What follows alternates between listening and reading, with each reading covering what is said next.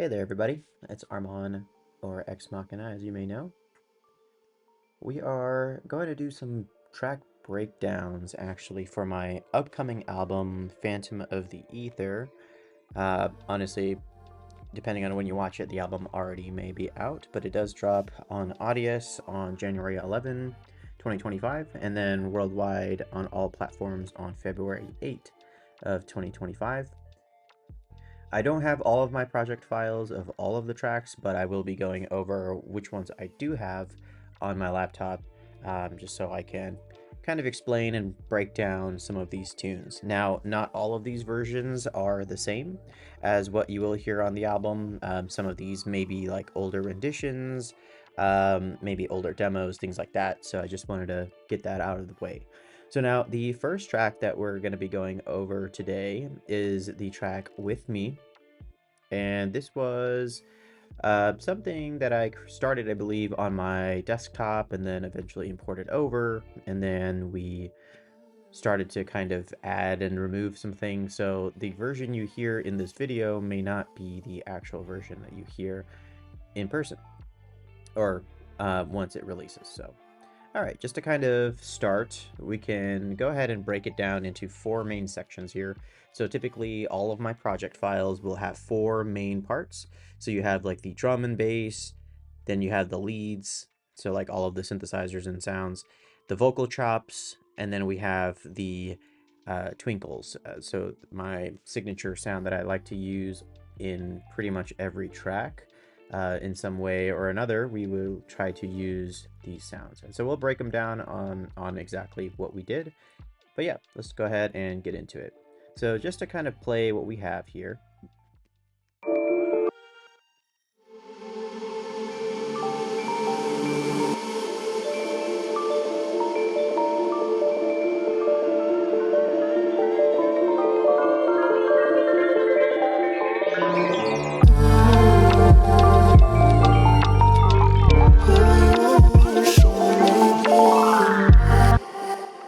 Okay, so we'll actually start off with the drum and bass first.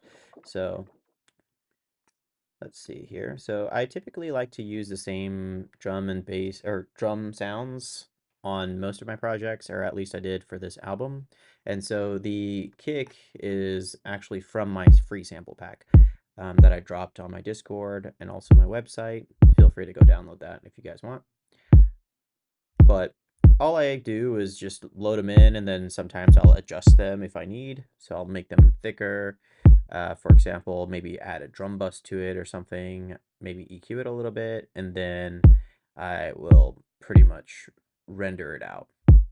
Now, one thing you will notice is that some of these tracks actually have like a slight millisecond latency on them. This is so I can just shift things on the timeline so that they don't clash. So for example, the bass, it's slightly off compared to the actual drum or kick drum, and so when the bass occurs, it usually doesn't hit spot on like the loudest parts.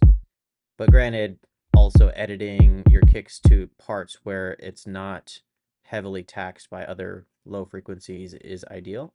So you can see that I have a decent spacing between them.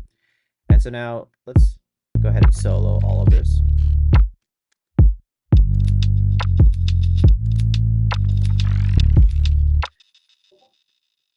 So, okay, actually, this is my kick. I'm obviously blind. So yeah, you could see that we have everything shifted over 2 milliseconds. The snares shifted over 12 milliseconds, and the bass is 3 milliseconds. So the bass comes like 1 millisecond after the actual kick. So there's like a slight delay, which actually kind of gives it a more loose feeling. So it's really nice. Okay. So just highlighting the kick and bass here. The bass is just a bass guitar, stock bass guitar that I have used from Ableton, I believe. So yeah, guitar, bass, that's what I use. And so that is what allows me to kind of get a thick sound, and then sometimes depending on what I add to it, I'll add maybe some distortion or maybe some EQ, and then I'll render it out. And now I always render to audio, as you can see, so I can chop the tails of certain things. So just keep that in mind. It is worth always going to audio when finalizing your mix, just because it does add an additional layer of possible edits that you can make. Now, the snare, I like to talk about this quite often on some of my older videos, but I use Supermassive, and it is honestly quite handy. I can show you some of my edits here. So we have like the mix, um, milliseconds. Okay, okay, and then we have the warp. So yeah, these are the three parameters that I will always render on a snare. You can hear what it does.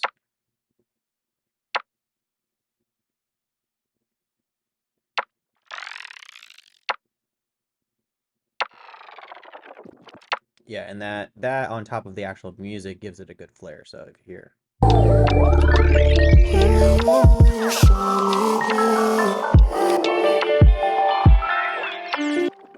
it's very subtle, but it fills in a lot of the gaps that I find in my music. So it's quite helpful. Now, obviously, you have to get pretty meticulous with it, but I typically will do maybe like an 8-bar loop with these edits, and then I'll copy and paste it all the way down, and then occasionally make a few changes accordingly. So that goes over the kick, bass, and drum, or the snare. Now, obviously, we have other parts of the drums. So we can see here that we have like the hi-hats, and then we have like a topper. So if we were to just kind of hear what that sounds like.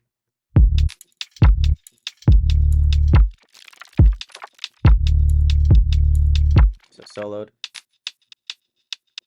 So this also has Supermassive on it. You can hear it's almost got like a slight swing. It's obviously not the cleanest, but the sidechain is what kind of helps it mesh. And you can also see that all of these have been pushed slightly in milliseconds, just so they're not sitting on top of each other.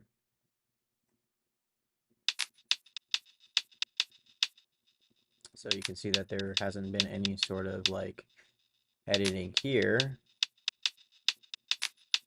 but you can still kind of hear it because it's like on a 1%, but it's not like super loud. And then we have a topper.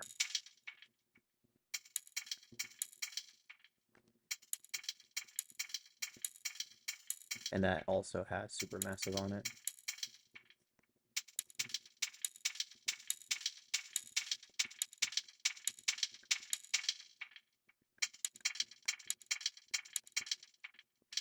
And you can see where I added Supermassive here and I chilled it out over here, because you'll start to notice that when you have so many moving parts like this, like all the moving parts will start to essentially muddy up your mix, and you don't want that at all. Also, things like this you probably want to avoid, something that you'll usually catch uh, like while editing. But yeah, any hard change like that will typically cause your audio to pop if you're not careful. So I may have just forgot. All right, so that goes over the drum and bass. Now the leads, this is the super fun part because this is where I do like a lot of my glitchy stuff. And so if we just solo the leads here, a lot of this stuff is different from the actual official version.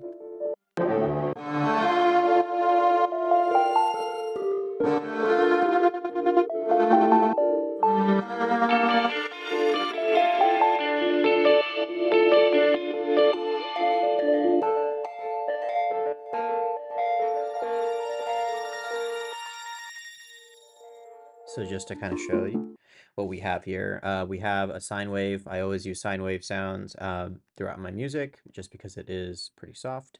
And we've got a few of them there. We've got two instruments that I'm actually not using, so you can disregard those. I've got some violin in here, so this is adding some of that string.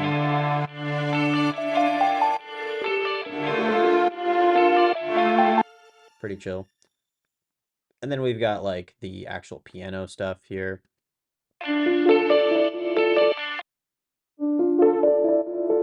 And this is a layer of the guitar. Kind of adds like a little wave to it, and then to the guitar.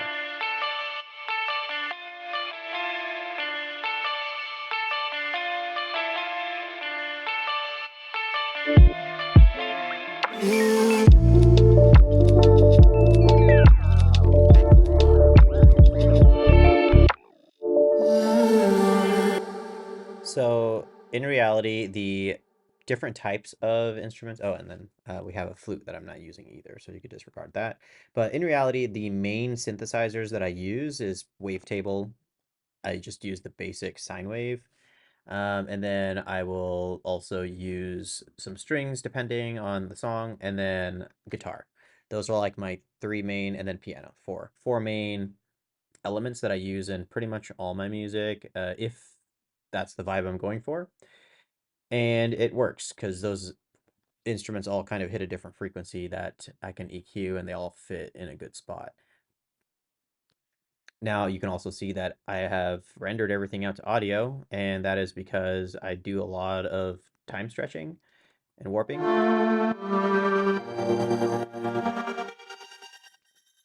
Versus something like.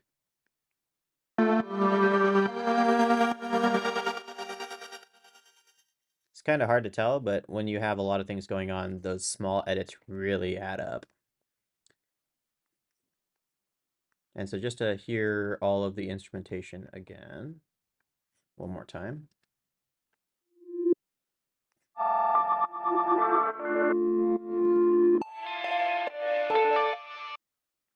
So nice glitches there.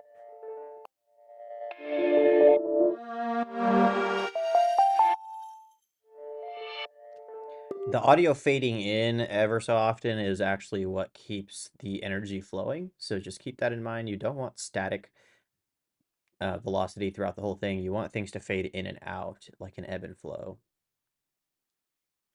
All right, so now moving on to the vocals. So I use Splice for vocals. Sometimes I'll record vocals as well. It really just depends. In this case, I believe we used a Splice sample, and then we just tossed it in and then did a few minor edits there. So if you want to take a look here.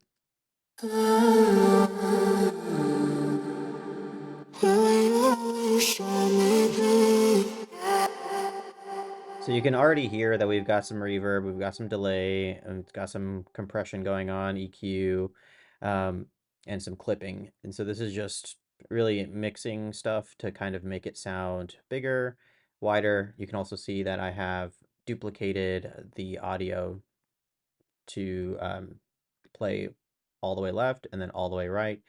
And this will essentially give you a much wider feel.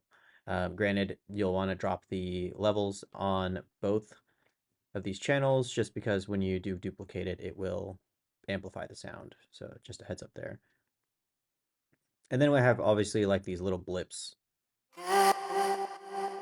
and they just echo out.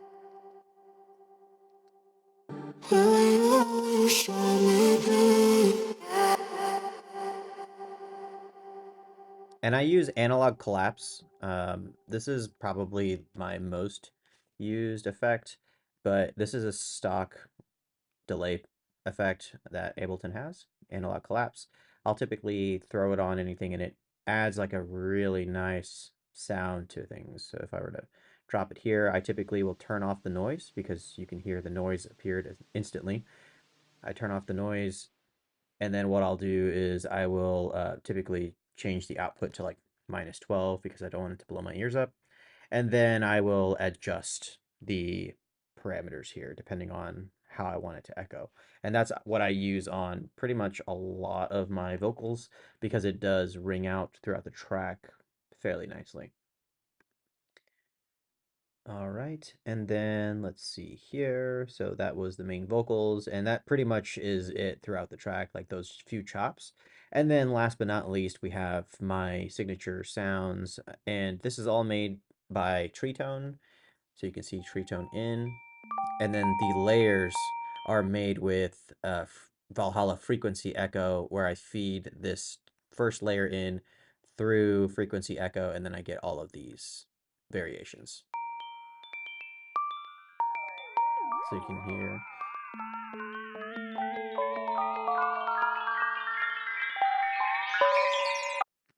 It adds a lot of transitional sounds and effects. And so if we were to take a look at what the tree tone sounded by itself,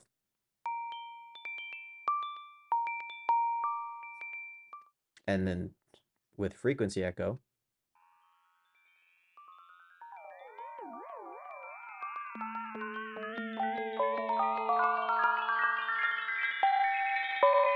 and then a second layer of frequency echo.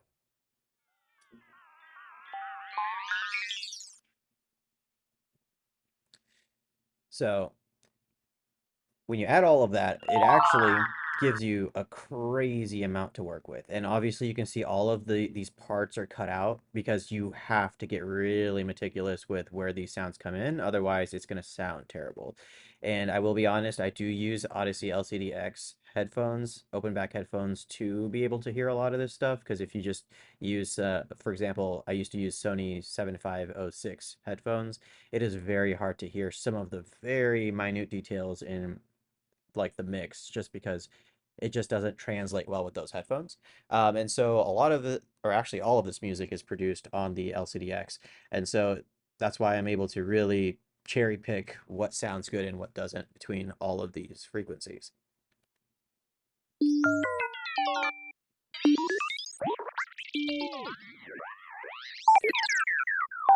And so I actually, when I'm feeding tree tone through frequency echo, I actually have a MIDI controller. I use the Ableton Push 2, and I have two of the knobs mapped to some parameters, and I will actually adjust those parameters as we go. And maybe I might be able to show you just quickly. So I typically will map um, the delay and the shift to two knobs, and then essentially I'll just play those two knobs throughout the track. So I'll have it playing and then recording, so resampling from tree tone, and then this will essentially allow me to play live with the music, and this gives me more of a natural feel as I'm producing the track. And then, obviously you'll make all of these little cuts and fades in order to make sure that it fits well. And so when we listen to it all together here,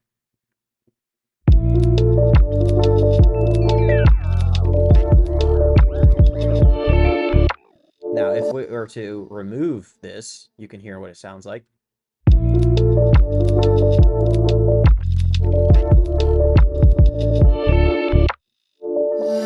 It sounds fine, but it just feels like there's a lot missing in it. Even let's go to a heavier part. So this is without it first.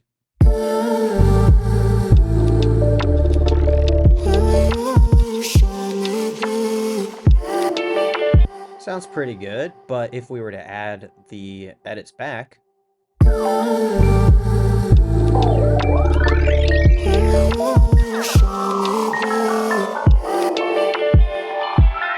so a lot more freedom when it comes to the edits.